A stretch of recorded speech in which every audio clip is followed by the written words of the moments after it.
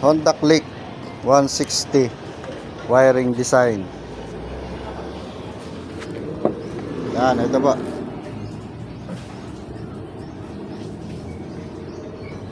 Kala mo walang kala mo stock lahat.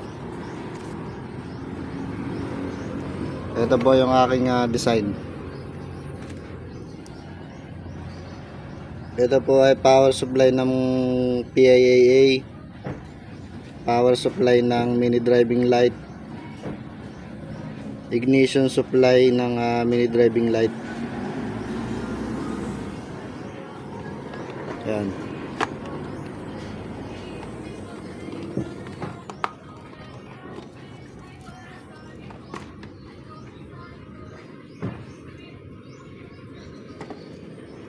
Parang stock pa din.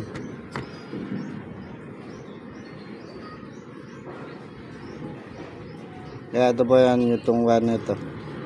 Tapos yung dalawang wire, hinihinan ko na lang dito para wala ng terminal.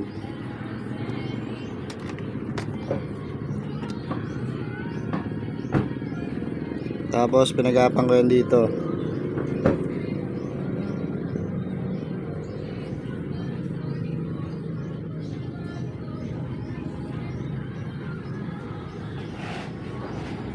Stock na busina. Tapos dito na po tayo mag-distribute ng wire. Yan, papunta sa switch. Tapos papunta sa balas. Dito po nilagay yung balas. Balas ng mini driving light. Tapos dito sa relay. Relay ng busina. Low beam ng mini driving light, high beam.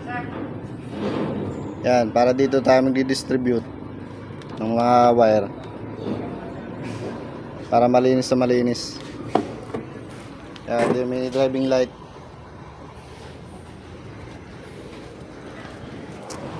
Kasi ito yung PAA. Yan, para magamit yung bakanting mga fuse. Ito, tatabasin lang ito para pumasok itong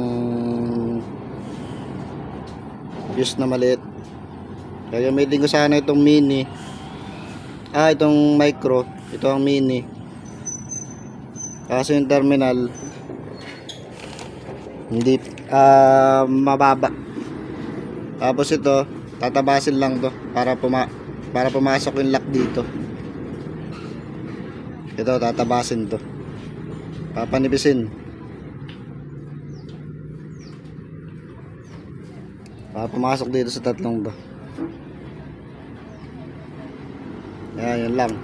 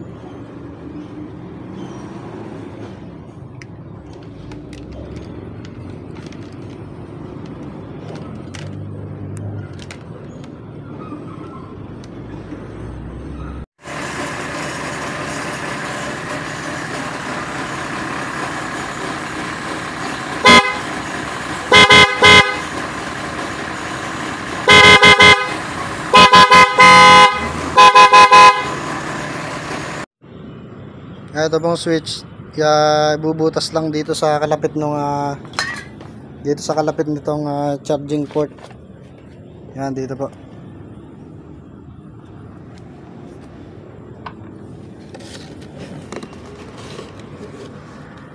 Yan, dito po yan ibubutas.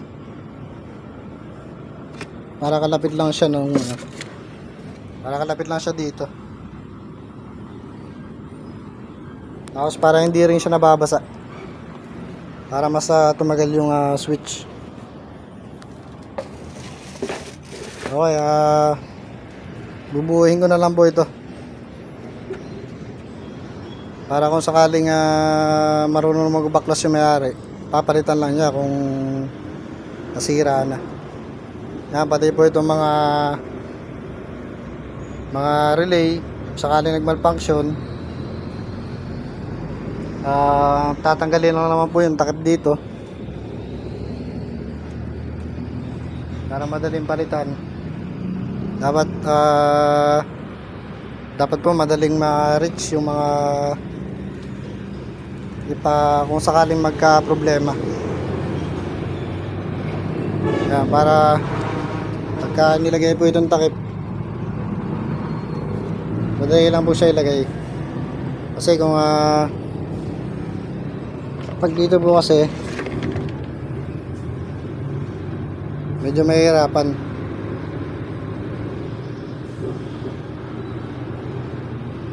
Okay lang po at bubuhin ko po muna ito.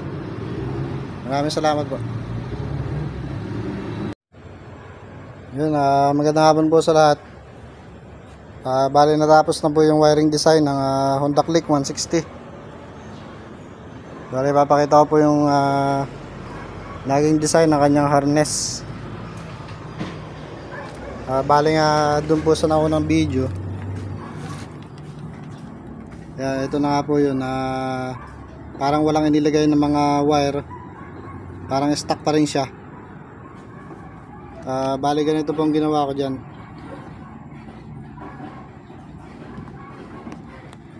Ito po yung ito na nga po yung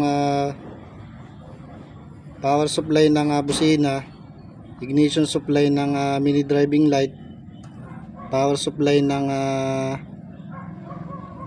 mini driving light. Yan.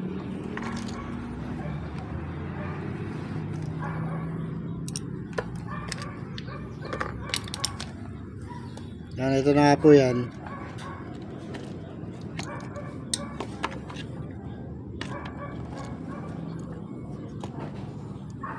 Yan, ito na po yan. Tapos yan ay yung bali 6 na wire, bali 3 wire. Gagapang na siya dito. Yan, gagapang na siya dyan.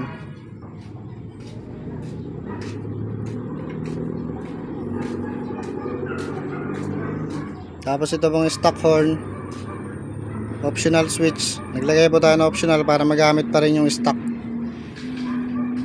Yan, ito na po. Dito po tayo nag-distribute ng wire yung galing dito sa fuse box. Yan, dito ko na po i-distribute lahat yan. Tapos ito papunta na po ito sa taas sa switch. Yan, ito po. Tapos yung relay ng busina, low beam ng mini driving, high beam ng mini driving.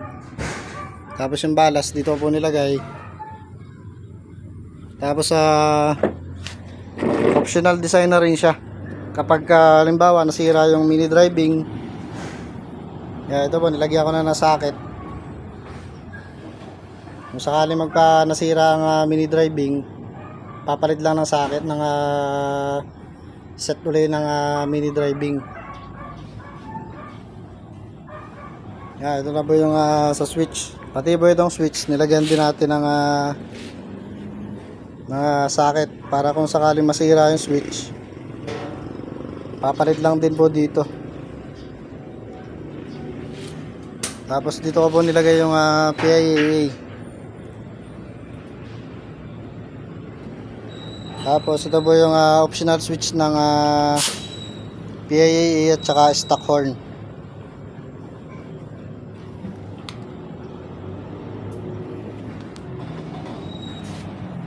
Yan, dyan ko na po yung ini-distribute yung galing dito sa baba.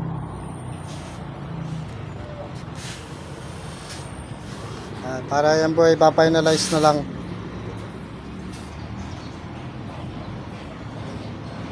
Okay naman na po ito lahat, nakakonect na po lahat. Yan, tapos dito po nilagay yung yan, dito po nakalagay yung mini driving. Testing ko naman na po yan. Lahat ng wiring na testing na. Tapos maglalagay na rin po tayo nito, anti-corrosion. Anti-corrosion grease. Yan pa kasi pag halimbawa po sa washing, sa napano sa baha, mabilis po kasi nagko-corrosion itong mga linya nito. Yung sa fuse, kaya ito po lilinisin ko muna bago lalagyan na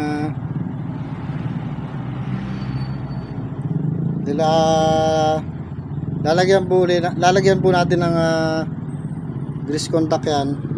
Tapos pero lilinisin muna ng electronic cleaner para malagyan po natin yan para hindi po mag-corrosion itong mga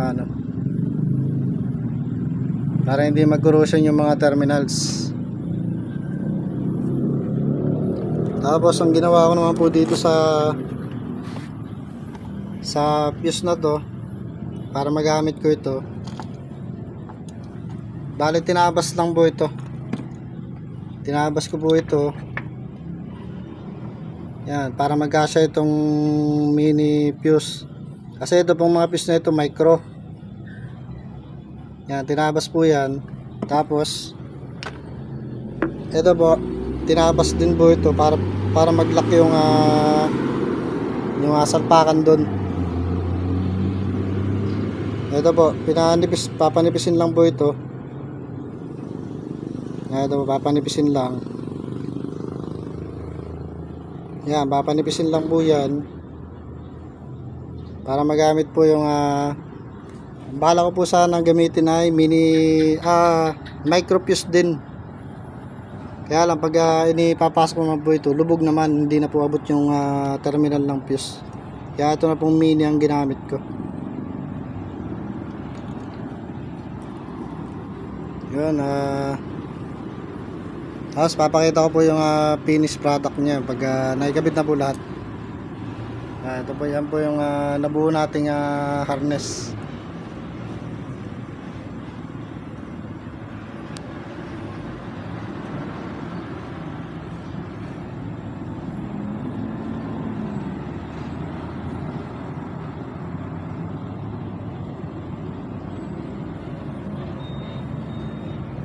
Tapos yung pong dito, yung galing dito sa fuse, yung sa power supply, yan, inihinan ko na lang po yun dito para wala nang ilagay na terminal. Inihinan ko po dito sa yan, dito sa dito sa pinagkrimpan.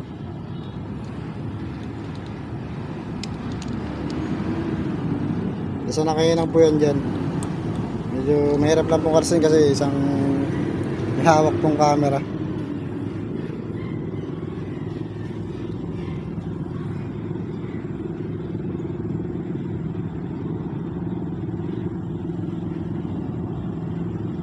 Talaga medyo mahirap po mag-arrange ng wire.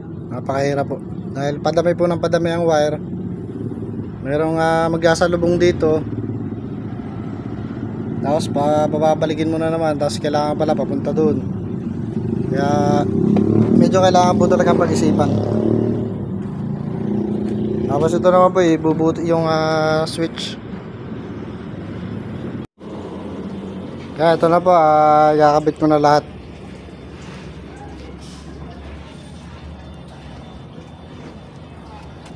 Sasalpak na lang po yung headlight. Tapos yung pong lahat ng body ground, nilinis ko na rin po, nalagyan na rin ng electrical grease. Dito po yun.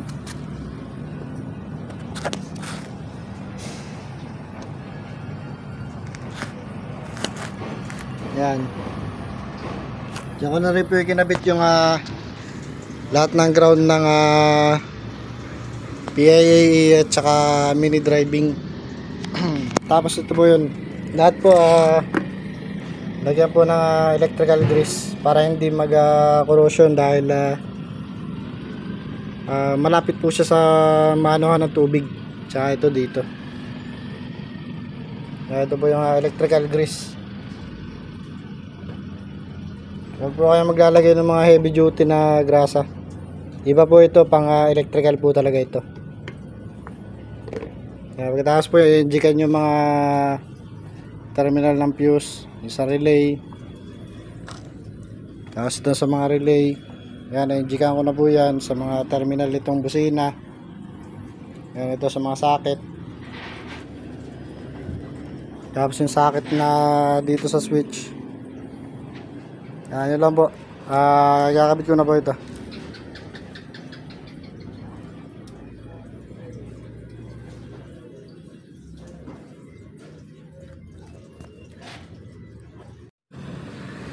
Yun, nakikabit ko na po lahat. Bale, ito na po yung mga relay. Ilagay ako na rin ang sulat. Relay ng busina. Relay ng mini driving light ng low beam. Tapos ay high beam. Tapos ito pong sa mga terminals dito, nilinis at nilagyan ko na rin po ng electrical grease. Ito po, injikan nyo lang po yung lahat ng mga terminal pag nalinis na. Tapos ito, para hindi po siya mag-corrosion, pag injikan nyo lang po bago pagkalinis. Lagyan nyo lang po ng mga contact cleaner. Tapos ito, nalagyan ko na rin po lahat para protection po ito, para hindi magka-corrosion yung mga terminals. Tapos testingin po natin yung busina at saka MDL.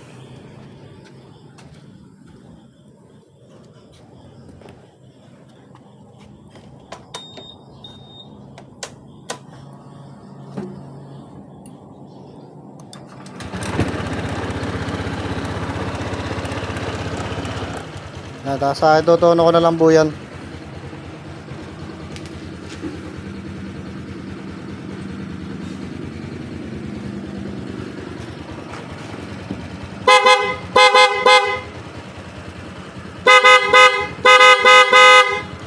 Tapos pag gusto mong stock na busina, andito lang naman po yung switch yan. Stock na.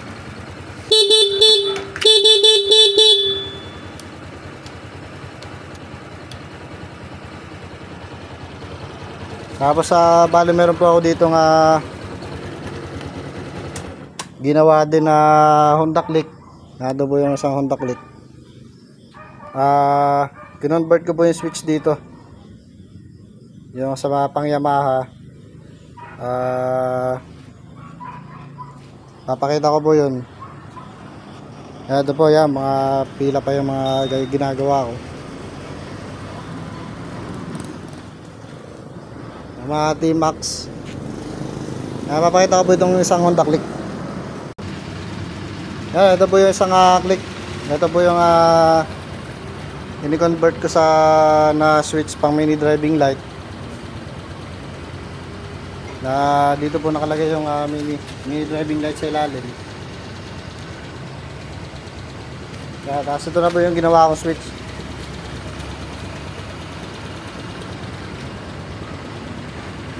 Pag low beam,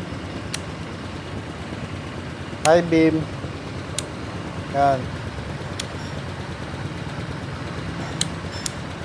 passing, busina,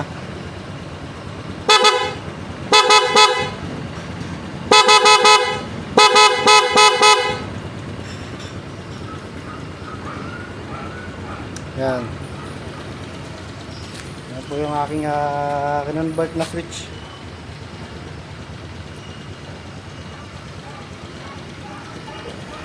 para malinis na malinis pong tingnan.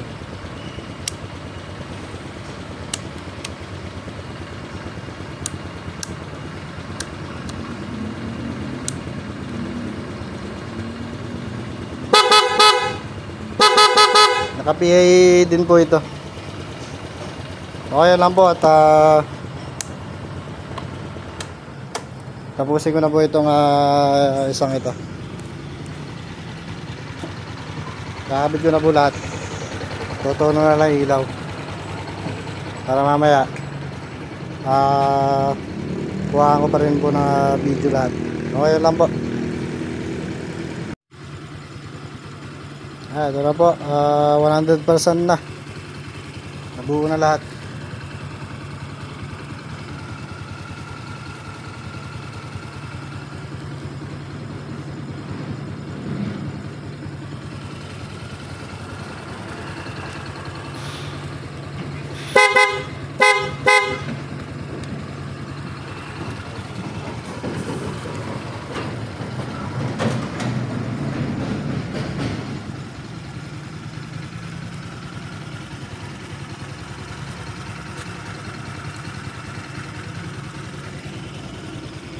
Okay, yun lang po.